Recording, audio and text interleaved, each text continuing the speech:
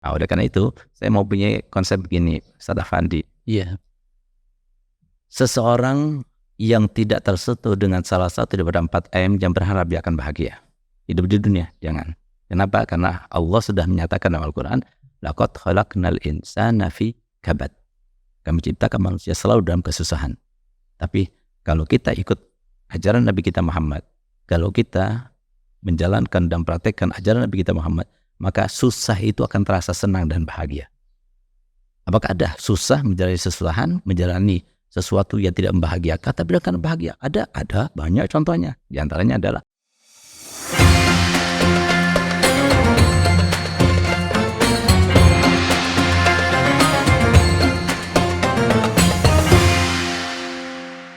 Assalamualaikum warahmatullahi wabarakatuh.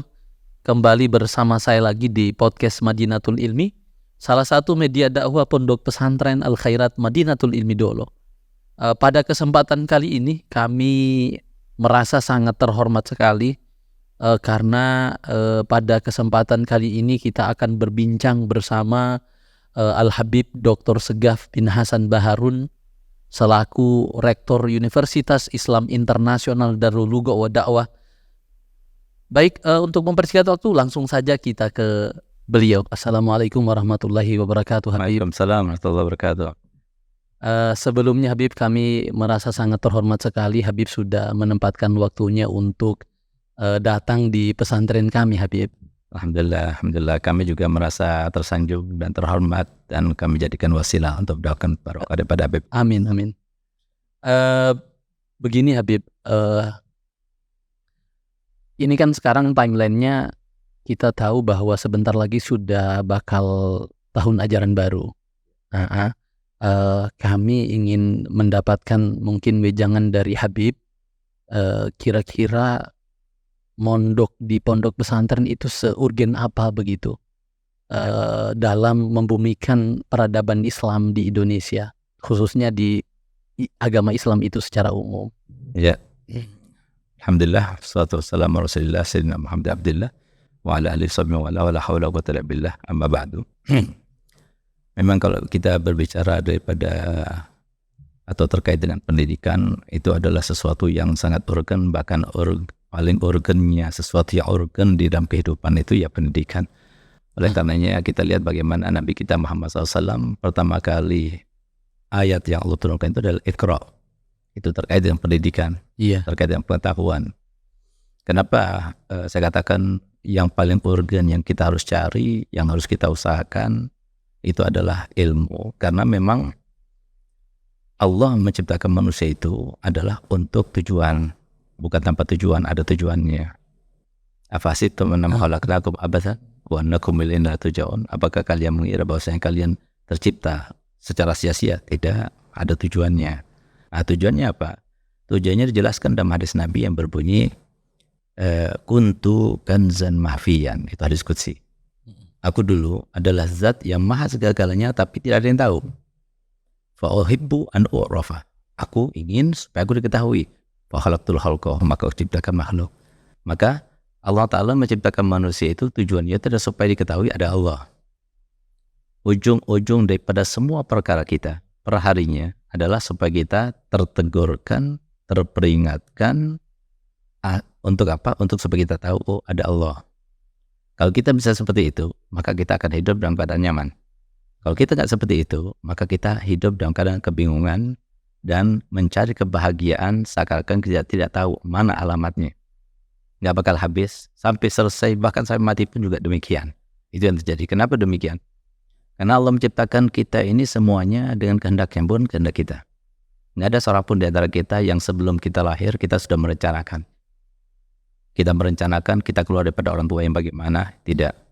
Nama yang akan kita sandang juga dengan nama ini juga tidak. Semuanya dengan kehendak Allah. Kemudian kita besar dalam status sosial kayak gimana? Juga bukan dengan kehendak kita. Lalu kemudian lebih-lebih kita dikasih pasangan yang bukan juga dengan kehendak kita. Semua kehendak Allah. Sekarang bagaimana mungkin kita akan melewati ujian demi ujian yang Allah tidak melakukan sesuatu dan menentukan sesuatu secara kebetulan? Semuanya serba direncanakan.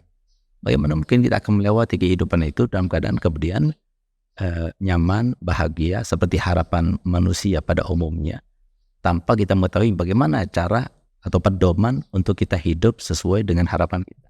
Padahal itu semua dijelaskan oleh Nabi kita Muhammad SAW, oleh Al-Quran itu sudah dijelaskan. Nah, oleh karena itu mari sini kita butuh makan. Iya, sama seperti binatang juga butuh makan. Tapi beda antara kita dan binatang, kita ini bisa hidup bahagia sesuai dengan rencana kita, dengan harapan kita, asalkan kita tahu bagaimana caranya. Nah, oleh karena itu maka diutuslah para nabi yang berjumlah 124.000 nabi sebagai contoh daripada mereka yang mengamalkan ajaran Rasul, dan Rasulnya pun 313 Rasul, sehingga meninggal nabi, lalu keluar lahir lagi nabi lagi satunya, terus begitu sampai akhirnya Nabi kita Muhammad SAW sebagai penutup. Sehingga kalau seumpama Nabi kita Muhammad SAW itu bukan sebagai penutup para nabi, maka niscaya para ulama yang ada sekarang ini adalah para nabi. Karena kata Nabi SAW, ada nabi dengan satu kampung umatnya, ada nabi bahkan dengan 2 umatnya. Nah, jadi nabi itu yang dimaksudkan dulu di kalangan Bani Israel ataupun nabi-nabi dahulu, ya seperti para ustaz sekarang ini ustaz kampung. Nah, itu seperti nabi. Nah, kenapa ada mereka? Kenapa nggak satu saja? Nabinya satu, Rasulnya satu. Udah.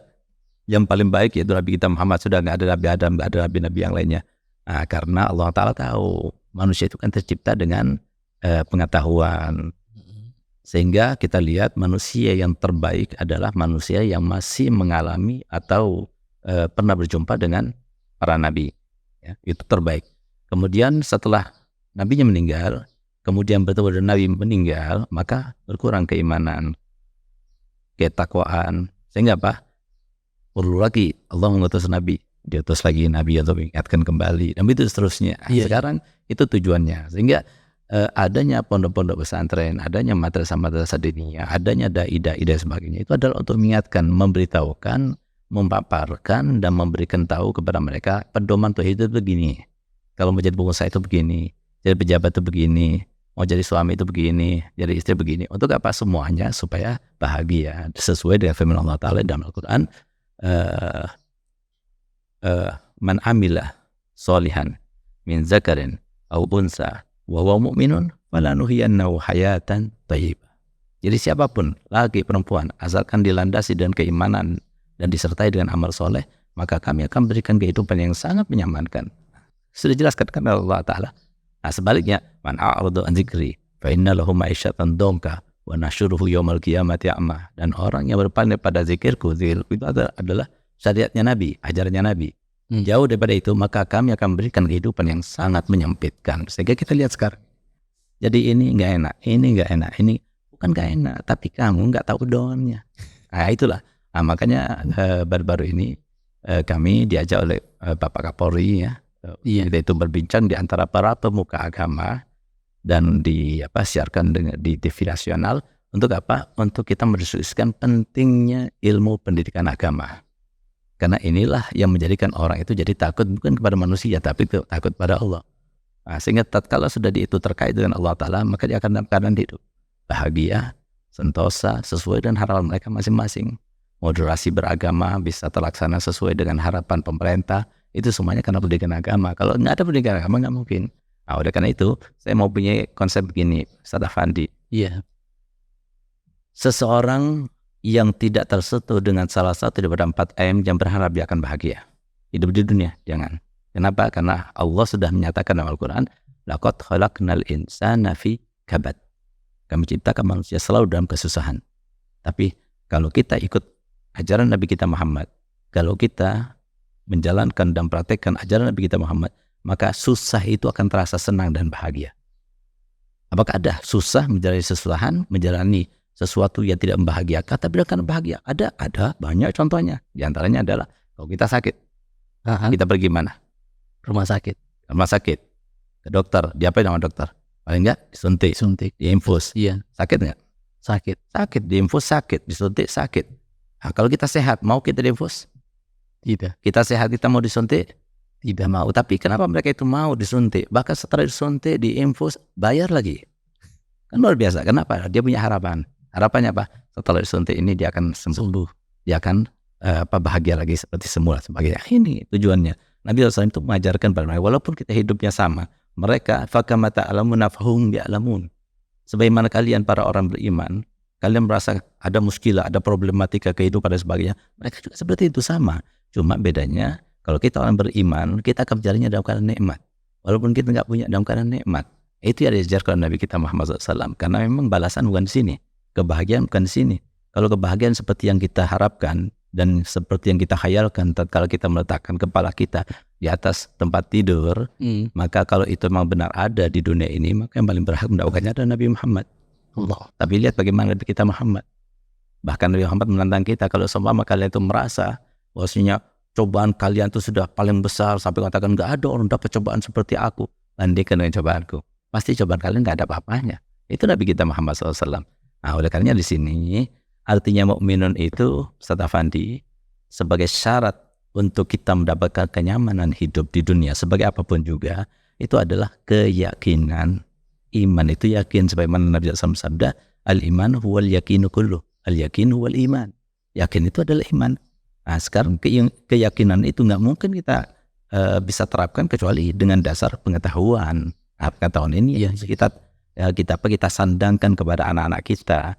Sementara pengetahuan dan konsep mencari pengetahuan yang terbaik di dunia sekarang ini yang diterapkan oleh Amerika setelah mereka itu meneliti dan mengadopsi bagaimana pesantren melaksanakan pendidikan dan melakukan pendidikan pada anak-anaknya, sehingga mereka dalam waktu sekian bulan sudah sangat-sangat tampak perbedaannya secara signifikan.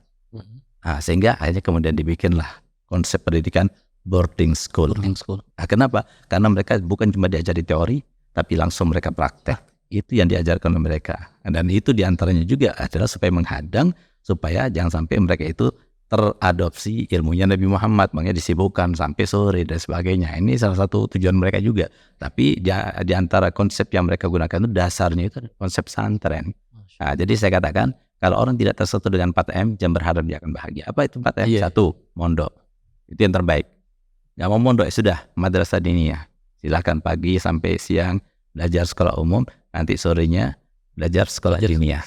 Yang masalahnya ini yang kedua ini sudah diketahui oleh mereka musuh-musuh Islam, sehingga bagaimana caranya supaya mereka nggak ada kesempatan, supaya mereka capek untuk mencari ilmunya Nabi.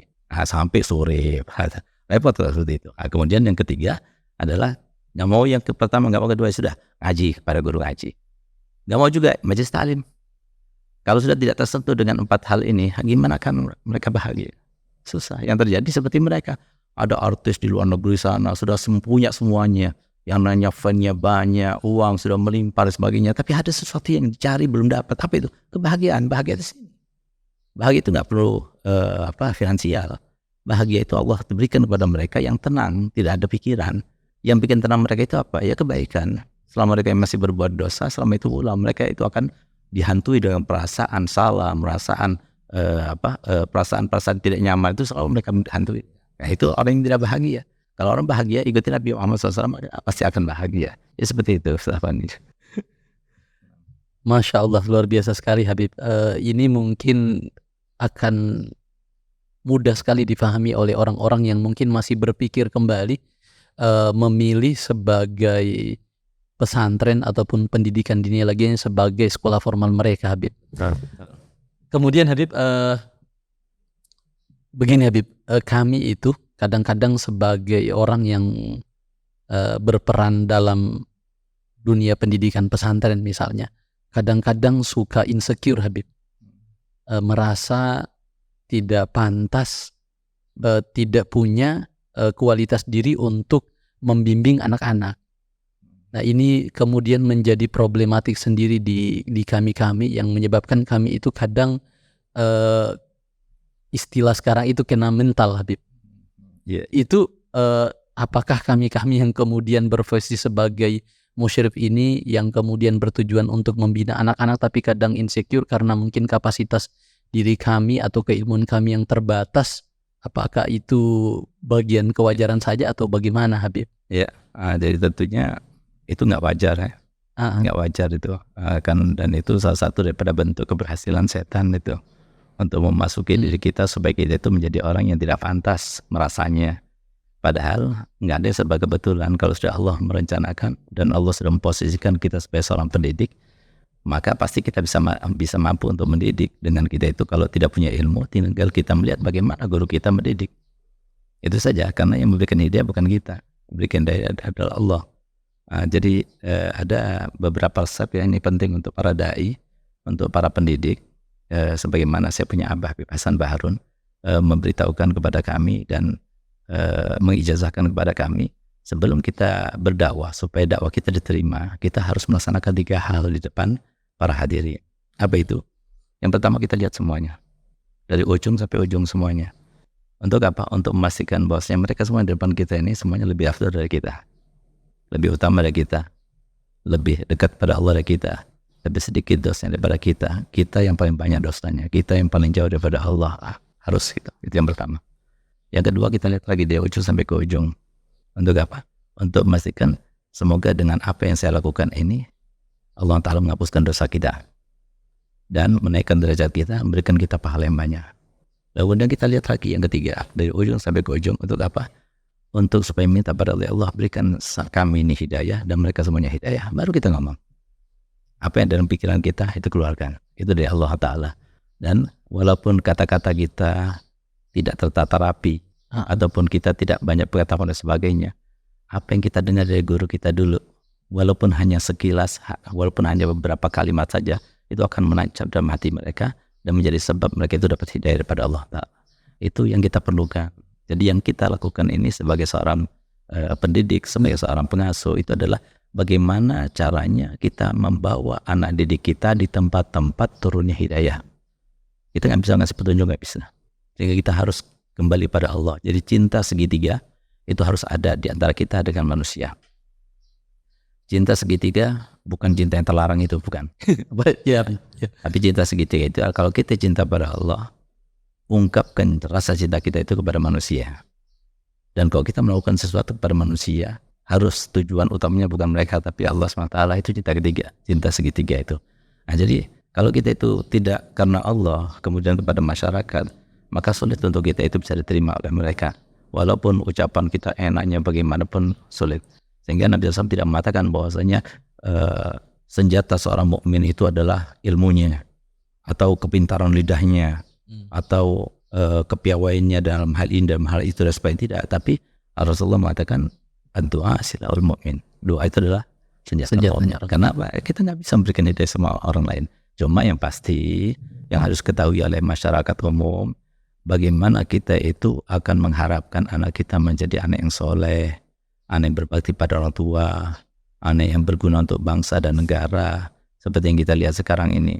Jadi banyak di antara mereka kalau jadi pejabat yang korup, jadi dokter yang bukan menyembuhkan, bukan mencari kemaslahatan, tapi cari kemaslahatan diri sendiri dan sebagainya. Nah, ini semuanya kenapa? Karena kita sudah menyampaikan wasiat dan pesan daripada kakek moyang kita yang dari saking pintarnya mereka itu sampai diletakkan pesan itu di dalam lagu kebangsaan yang selalu kita hafalkan dan selalu kita lantunkan, terutama di tanggal 17 Agustus itu. Apa itu? Bangunlah jiwanya, bangunlah badannya. Kita sekarang fokus pendidikan kita dalam bangun badan. Memang dengan pendidikan yang kita ajarkan pada mereka di sekolah-sekolah umum maupun di universitas, maka kita berhasil telah menjadikan mereka punya pekerjaan dan menjanjikan mereka masa depan. Tapi masa depan mereka hanya untuk memperbaiki rumah mereka, pakaian mereka, kendaraan mereka.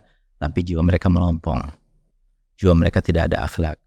Jiwa mereka tidak ada takut pada Allah. Apa gunanya semacam itu? Betul. Saya berkata begini bukan mohon maaf, berarti saya ini berseberangan atau saya tidak suka dan tidak setuju dengan lembaga pendidikan umum. Tidak, saya sendiri seorang formil. Alhamdulillah saya segini-gini, saya seorang rektor. Alhamdulillah kami sudah menyelesaikan semua persyaratan untuk mendapatkan gelar guru besar sebagainya. Semuanya itu kita cari. Itu soal formil. Cuma artinya harus ada basic agamanya, harus. Tanpa basic agama nggak mungkin. Alhamdulillah saya begini-begini. Saya kalau mau pergi seperti saya kemarin mau pergi ke Palu ini, saya datang kepada ibu saya cium tangan ibu saya cium dahi ibu saya cium kaki ibu saya. Setiap hari saya begitu. Nah, kenapa saya begini? Ya karena itulah ya ajaran daripada guru-guru kami untuk menghormat ibu kami. Dan kami berlima saudara telah bersumpah untuk tidak sampai mengatakan tidak kepada ibu saya. Apapun yang minta, walaupun nyawa kami akan berikan untuk ibu kami. Orang yang paling mulia, orang yang paling berharga di dunia ini adalah ibu kami. Kenapa? Karena kami tahu itu ilmu agama, itu fungsi ilmu agama.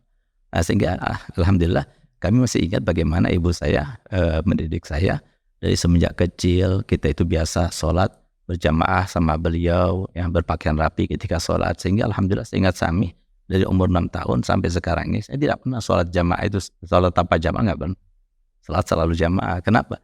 Karena kami selalu dididik dengan didikan oleh orang tua. Kami lihat sendiri bagaimana orang tua kami begitu gitu.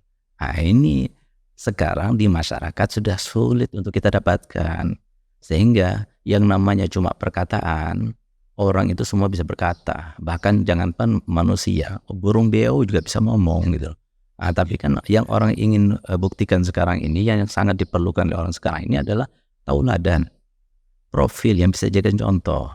Mohon maaf, ini sangat penting.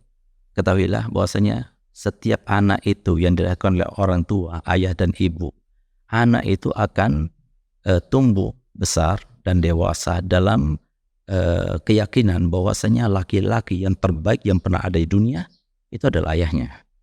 Perempuan yang terbaik yang pernah ada di dunia itu adalah ibunya. Sehingga kalau ayahnya tidak berperilaku baik, ibunya tidak berperilaku baik, maka dia anggap semua kelakuannya itu yang tidak baik itu baik. Itu sudah mencetlam dalam pikiran mereka. Sehingga bagaimana kemudian dia akan diharapkan menjadi orang yang berakhlakul karimah? Nggak mungkin. Kalau kita mau menyelamatkan sebelum dia itu menjadi kopi daripada orang tuanya, masukkan pesantren. Karena pesantren itu ada yang namanya tauladan, ada guru-gurunya. Yang namanya teori diajarkan. Yang namanya pengawasan, mujahadah itu sudah ada. Itu namanya tazkiyah. Jadi tazkiyah itu harus ada. Jadi tazkiyah itu bisa dilakukan oleh orang tua. Kalau orang tua nggak mampu atau bukan ahlinya, ya masukkan pesantren. Nanti bakal tertazkiyah sendiri. Orang dulu, walaupun dulu jarang pesantren, walaupun jarang pengajian, walaupun jarang yang pakai jilbab, tapi mereka itu bisa tazkiyah. Mereka bisa mendidik anaknya. Mereka tahu, walaupun orang awam kalau sudah maghrib sama isya mereka nggak boleh keluar. Mereka harus di rumah, mereka harus ngaji. Paling enggak itu ngaji itu ada sesuatu mantra sebetulnya. Mantra yang bisa kalau kita baca itu setiap hari maka akan menimbulkan hidayah demi hidayah. Sebagaimana kalau orang kata Imam Ghazali, orang kalau membuka niatan yang baik dalam dirinya, maka Allah akan bukakan pintu kesempatan untuk berbuat baik 70 kesempatan. Sama, mereka cuma tidak punya modal banyak untuk mengajar mereka. Tapi mereka baca roti, habis maghrib isya baca yasin, ngajari anaknya Quran dan sebagainya. Itu sudah cukup, walaupun ilmunya kurang. Tapi sekarang ilmunya banyak, tapi kita lihat bagaimana kerusakan sekarang ini. Banyak yang pakai jilbab, tapi perselingkuhan luar biasa. Dulu jarang pakai jilbab, tapi perselingkuhan sedikit. Tapi sekarang terjadi seperti ini. Kenapa? Karena memang yang diperlukan itu adalah sebuah keteladanan. Itu di masyarakat itu sulit. Di mana adanya? Di pondok-pondok pesantren. Atau orang tua, kalau memang dia itu bisa menjadi teladan yang baik. Itu yang bisa membangun karakternya itu. Tapi ketika dia itu tidak punya orang tua seperti itu, ya solusinya masuk ke pondok pesantren. Maka insya Allah dia akan mendapatkan kebahagiaan di masa akan datangnya. Dan dia akan bahagia dengan anaknya tersebut. Ini satu contoh. Apa mau kita menjadi seperti ada satu orang yang bertanya kepada saya ketika saya mengajar, kebetulan saya mengajar faraid pada waktu itu, dan telepon, Bib saya boleh bertanya? Ya silakan, saya ini seorang PNS Bib di bagian perpajakan Bib. Alhamdulillah Bib, saya uang gajinya aja sama uang banyak kotornya aja itu 37 juta setiap bulan. Setiap orang pasti menginginkan lah, ada orang tua punya anak gajinya 37 juta kan luar biasa, itu besar sekali kan. Alhamdulillah Beb, saya setelah ayah meninggal, saya menghidupi rumah besar kami Beb, dari mulai listriknya, makannya, semuanya, ada adik kami sekolahkan dan sebagainya. Nah 3 bulan lalu ini Beb, saya ini kena musibah Beb. Apa musibahnya? Ibu saya kena stroke. Dah mulai saat itu Beb, saya ini seakan-akan yang namanya musibah itu nggak habis-habis. Saya dari mulai seorang pegawai yang berprestasi sampai saya sudah dapat surat teguran kedua. Loh kenapa sebabnya? Beb, mulai ibu saya ini kena stroke, dia itu mempunyai permintaan dengan permintaan yang sulit sebetulnya saya lakukan. Tapi gimana lagi, saya anak laki-laki satu-satunya. Apa yang diminta? Kalau sudah jam 2 malam dia bangun, dia minta dimandiin. Mana saya harus gotong, bopong ke kamar mandi, saya mandikan, saya andoki, kemudian saya kembalikan lagi ke tempat semula. Itu bisa menghabiskan waktu 2 jam. Padahal saya baru sampai di rumah jam 9 malam. Jam 6 pagi saya sudah harus jalan lagi, karena rumah saya di Depok kebetulan. Kalau nggak begitu, saya terlambat masuk ke kantor karena macet. Iya. Panjang lebar, saya bilang, wah ya saudaraku, anak ini sekarang lagi mengajar faraid. Yang ditanya itu apa, to the point saja. Apa pertanyaan dia? Saya mau tanya Habib, gimana hukumnya kalau sama ibu saya suntik biar cepat mati? Nah ini contohnya, ketika orang dibangun badannya saja tapi jiwanya nggak dibangun, sampai punya pikiran semacam itu, bagaimana coba lihat? Nggak ada takwanya, nggak ada imannya. Terus berguna, hartanya berguna, nggak menyenangkan ya semacam ini. Ini salah satu contoh. Nah, sekarang ini kenapa sampai ada penelitian yang mengatakan bahwa saya suami itu 80% apa kata istrinya? Kenapa itu? Karena kurang ilmu. Padahal Nabi SAW sudah mengajarkan ilmu bagaimana caranya supaya dia itu menjadi pemimpin yang baik, jadi anak yang baik, menjadi istri yang baik. Itu seperti dilakukan. Jadi kacau balau sekarang ini. Oleh karena itu maka sangat penting untuk kita itu belajar dan memasukkan anak kita belajar di pondok pesantren. Dan cukup silakan buktikan ya. Kita itu kan pakai logika hidup ya, semuanya harus ada bukti. Coba lihat anak-anak yang belajar di pondok pesantren. 3 bulan mereka pondok pesantren, pulang ke rumahnya sudah lain, beda. Cara ngomongnya orang tua beda, sikapnya beda, wajahnya bercahaya dan sebagainya. Ini semuanya kan apa? Karena didikan. Bukan cuma teori saja didikan, tapi teori sekaligus praktek di sana. Dan ada tauladan yang bisa dilihat untuk diteladani. Itu yang diterapkan oleh pesantren. Oleh karenanya saya himbau kepada semua masyarakat, ayo pondokkan anak-anak kita. Kalau tidak mondok, istilahkan masukkan madrasah diniyah. Karena ada sebuah penelitian Ustaz Afandi yang diteliti meliputi semua provinsi di Indonesia, bahwasanya sekian banyak dari 180 sekian juta muslim yang pernah berjumpa dengan seorang habib, seorang kiai, seorang alim, langsung melihat wajahnya, bersalaman dengannya, mendengarkan suaranya, itu dari sekian banyak cuma 15%. 80% nggak pernah berjumpa dengan mereka.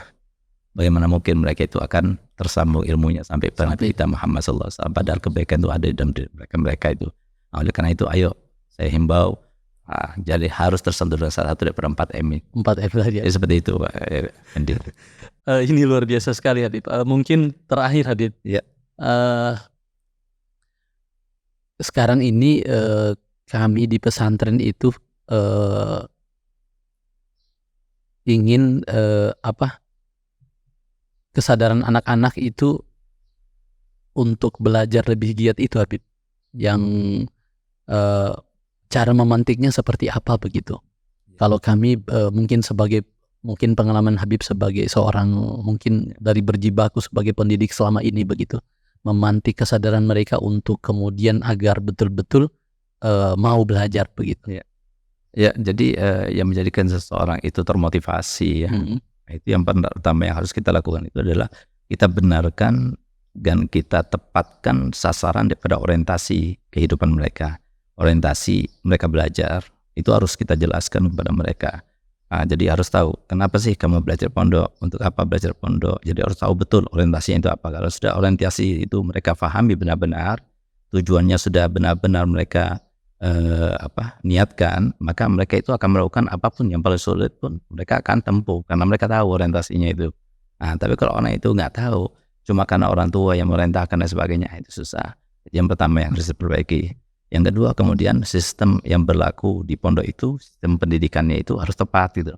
Jadi seperti di pondok kami itu kami terapkan, jadi ujian itu bukan cuma 1 tahun 2 kali, tapi setiap bulan itu ada ujian syahri namanya. Setiap bulan? Setiap bulan. Jadi yang dapat 100 kita kasih penghargaan gitu ya. Di antaranya yang dapat 100 maka izin kapan saja boleh, tapi kalau merah kita nggak kasih izin mereka. Sehingga itu di antara salah satu sistem pendidikan yang menjadikan mereka itu jadi termotivasi atau gimana cara supaya mereka itu rajin mau nggak mau gitu loh. Jadi yang tadinya nggak rajin jadi rajin karena kalau semua merah nggak boleh keluar. Itu satu contoh kita gunakan, terus kita arahkan sendiri untuk kita itu mau mendampingi mereka seperti kita mendampingi mereka untuk pergi perpustakaan, makan bersama-sama dan sebagainya, sehingga ngelihat gurunya dan sebagainya, kemudian mengingat pada cerita gurunya itu begini waktu dia itu belajar dan sebagainya, itu termotivasi mereka itu untuk belajar dengan rajin. Kemudian peraturan-peraturan yang ada itu juga kita terapkan seperti di Dalwa itu ada musyawarah bersama-sama, ada hafalannya itu harus ketat dan sebagainya. Itu mau nggak mau kan, walaupun malas tetap dia, kalau nggak kan dia kena sanksi kan? Itu diantara penunjang supaya orang itu jadi rajin belajarnya. Jadi pertama kali yang menentukan dari orientasinya. Jadi kalau sudah masuk pondok karena dipaksa sama orang tuanya, susah untuk menjadi orang yang berhasil. Jadi harus kita jelaskan. Makanya kalau ada tamu yang dari luar, kita kasih kesempatan untuk dia itu bicara dan sebagainya, menasehati. Itu diantara dampaknya itu adalah besar sekali. Apa itu? Membuat motivasi buat anak-anak itu. Jadi jangan stagnan begitu saja, karena memang sifatnya manusia seperti itu. Jadi ada pembaharuan gitu, ada sesuatu yang bikin mereka itu jadi pengen lagi. Itu yang harus. Kemudian kita taruh foto-fotonya habaib, fotonya ulama, ya, prestasi mereka dan sebagainya. Itu yang bikin mereka jadi termotivasi untuk berbuat. Mohon maaf Habib, terkait tadi yang apakah itu bentuk kesalahan tidak Habib kalau semisal anaknya masuk di pondok pesantren itu karena paksaan orang tua begitu? Ya, jadi pertama kali harus paksa. Dan waktu umurnya itu masih belia, itu masih bisa dipaksa. Tapi kalau sudah umurnya sudah masuk di SMA, dipaksa itu susah sudah. Jadi kalau masih SD itu harus dipaksa, SMP masih mending, masih dipaksa. Tapi kalau sudah SMA itu susah mau dipaksa. Jadi artinya memang segala sesuatu yang sifatnya itu kebaikan itu harus memaksakan diri untuk kita melakukannya pada awal mula. Nah, sama seperti ketika kita mau sunat, kan berhasil juga disunat juga kan, tapi kan paksa, diiming-imingi dengan uang dan sebagainya. Yang ngiming-imingi siapa? Orang tua sama guru-guru ini. Nah, di sini pondok itu bagus kok, tempat yang indah, tempat yang enak. Nah, di situ ada semuanya yang kamu inginkan, ada, mau main sepak bola ada, mau ini ada, semuanya ada. Nah, itu yang menjadikan yang tadinya terpaksa jadi senang. Dan umumnya kan seperti itu. Jadi awalnya terpaksa, tapi begitu dia masuk, dia menikmati, karena sesuatu yang terkait dengan Allah dan Rasulnya itu memang ada kayak ada peletnya gitu loh. Jadi orang akhirnya jadi mahabbah, jadi senang. Kalaupun nggak berhasil cuma sedikit. Nah, jadi yang nggak berhasil itu yang memang karena ada trauma sebelumnya ataupun memaksanya itu salah gitu, karena sudah SMA baru paksa. Nah, itu susah itu kalau sudah SMA, karena mereka sudah dewasa gitu. Mungkin seperti itu. Baik Habib, terima kasih obrolan singkatnya ini. Ini saya rasa sangat bermanfaat sekali untuk kami Habib, begitupun para penonton kami yang ada di YouTube Habib. Mudah-mudahan ini menjadi wasilah untuk keberkahan kami, khususnya Pondok Pesantren Al-Khairat Madinatul Ilmi dulu Habib. Terima kasih. Insyaallah saya termasuk juga sudah tersanjung dibawa ke sini, dan semoga menjadi wasilah untuk kami mendapatkan barokah daripada guru tua insyaallah. Amin. Insyaallah. Assalamualaikum warahmatullahi wabarakatuh. Assalamualaikum warahmatullahi wabarakatuh.